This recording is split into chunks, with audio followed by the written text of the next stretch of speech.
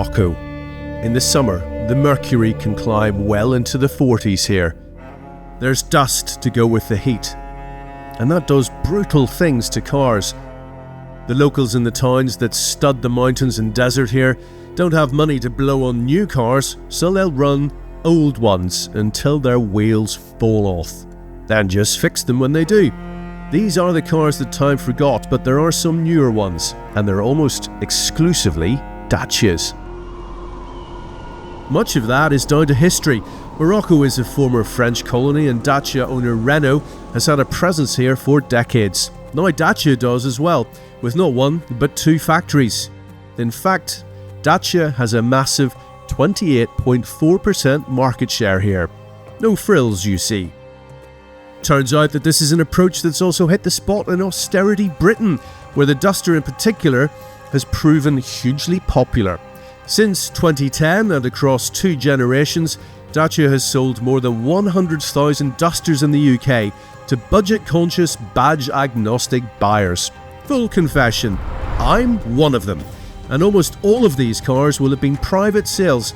So because this is a car people choose rather than a company car, the result is a deeper relationship. I suppose you could say it's kind of anti-design in a way, except that the new Duster has definitely seen the inside of a design studio. There are arrowhead motifs all over it, inside, in the headlights here, in the body cladding down the side, in the nose. It's got big alloy wheels, in this version anyway. There's scope for accessorising it. We've added a roof rack. You can turn it into a mini camper van if you want. But it's slightly more rounded, but still has an admirably chunky stance, which we like. Also, like all new cars, the new Duster has grown, but only by a couple of millimetres. So that's all right then. Recycling. This used to be the case for its underpinnings too. One surefire way to keep costs down is to recycle old platforms, and the previous gen Dusters used old Nissan and Renault Clio bits. The new car was always part of the bigger product picture, and because it uses a current group platform, it's competitive when it comes to interior space, crash protection and noise insulation. It also has the advanced driver assistance stuff that Dacia pointedly ignored before, to the detriment of its Euro NCAP rating. But the law demands it. So say hello to speed limit recognition, auto emergency braking, and of course lane departure assist.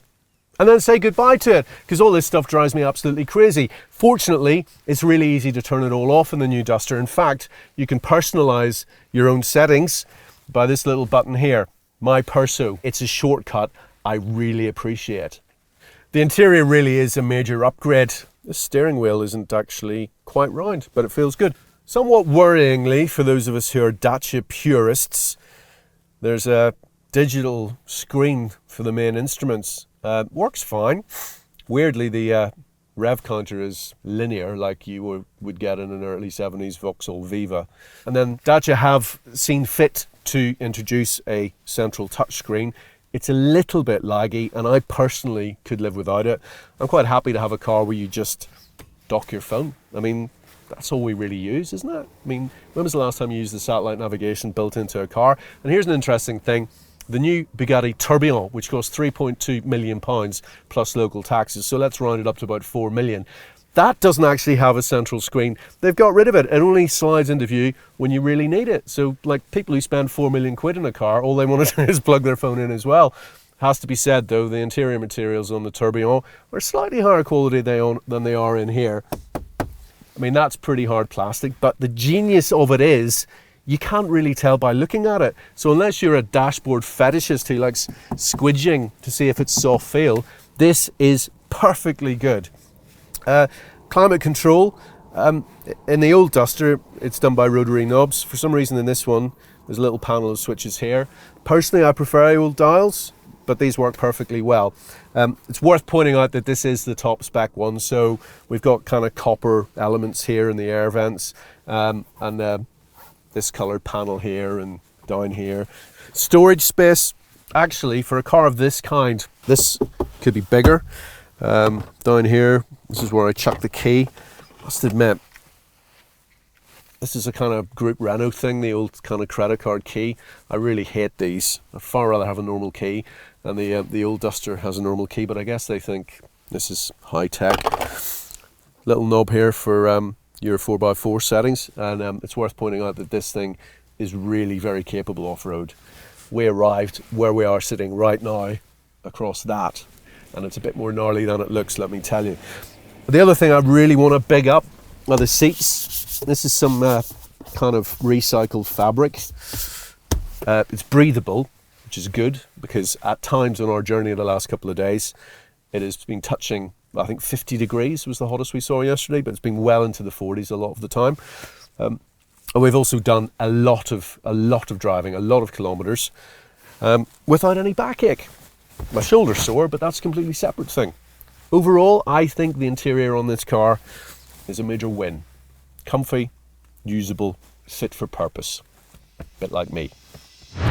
The UK can choose between a 1.2 litre 3-cylinder TCE with 128 bhp, that's good for around 45 miles per gallon on average, or a more powerful 138 bhp hybrid in 2 or 4-wheel drive form. There's a choice of 4 trim levels: entry-level Essential, mid-level Expression, or 2 top levels, Extreme or Journey. Essential Dusters get the safety kit, roof rails and rear parking sensors. Expression gets you 17-inch alloys, the digital screen and Apple CarPlay or Android Auto. Spend more and you'll level up into a world of bigger alloys, automatic aircon, wireless phone charging and a 3D sound system that's actually really good. But that's drifting away from what makes the Dacia Duster a Duster. I mean, I own one. I've done thousands of miles in it. It's the family workhorse.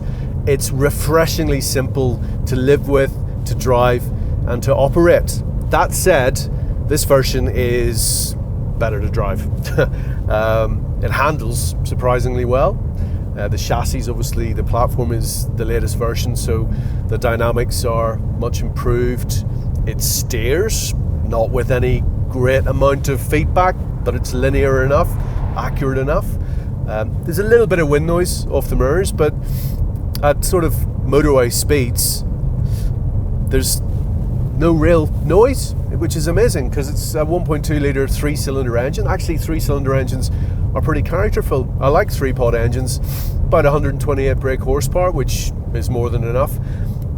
It's pretty spirited, actually. You know, you don't have that problem. We used to call it time exposed to danger when you're overtaking a vehicle, and you're like, I'm not going to get past this truck. You know, it never leaves you in the lurch like that. There always is just enough to get the job done, and that's all you need. Manual gearbox. In fact, the powertrain, you know, the engine's fine. The gearbox, as in my old Duster, that's probably its Achilles heel. It's not particularly nice to use. It's kind of springy. It demands very smooth inputs, but I like it. It's nice to drive. It's quiet.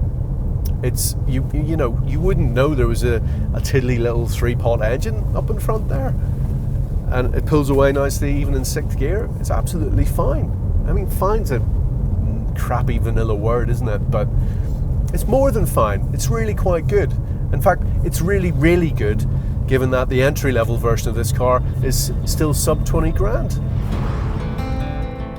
Dacia hasn't confirmed UK prices, but they've crept up a bit. There's a surprise. Expect the Duster to cost from around £18,500. That still represents great value, and the new car is much better resolved as a design, a superior drive, and more refined overall. I'm not sure he's having a particularly good time on this road. It's not even the sort of road that you would maybe want to drive a Dacia Duster on. This is the Dadez Gorge. We're about 5,500 feet up, and this road was constructed in the late 1920s and early 30s by the French military. An amazing feat of engineering, and apparently the Berbers, who are the local kind of tribes people here, still are now in fact, would roll rocks down the hill on the construction crew because they didn't want a road. I'm glad it's here though. But we didn't come all the way to Morocco just to drive this. We're here because Dacia's motorsport team is in the country's southeast to test its new Dakar car, the Sandrider.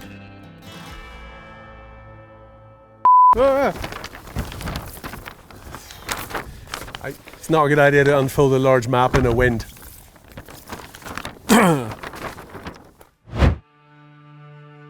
Now, the Dakar, as you may know, is the world's toughest off-road race, a 2-week odyssey across 5,000 miles of Saudi Arabian desert. If Dacia was going to chase any checkered flag, well, I guess this is the one to go for. It's all about endurance and durability. Dacia is co-developing its Sandrider with British rally and rally raid experts ProDrive. It'll be no mean feat though. Audi made 3 attempts before it finally won in 2024 in its RSQ e-tron, and in 2025 Dacia will be up against the might of a Ford factory team in its V8-powered Raptor. We caught our first glimpse of Dacia's Dakar racer back in 2022, but just didn't know it at the time. Back then it was the Manifesto concept, a back-to-basics, go-anywhere off-road buggy.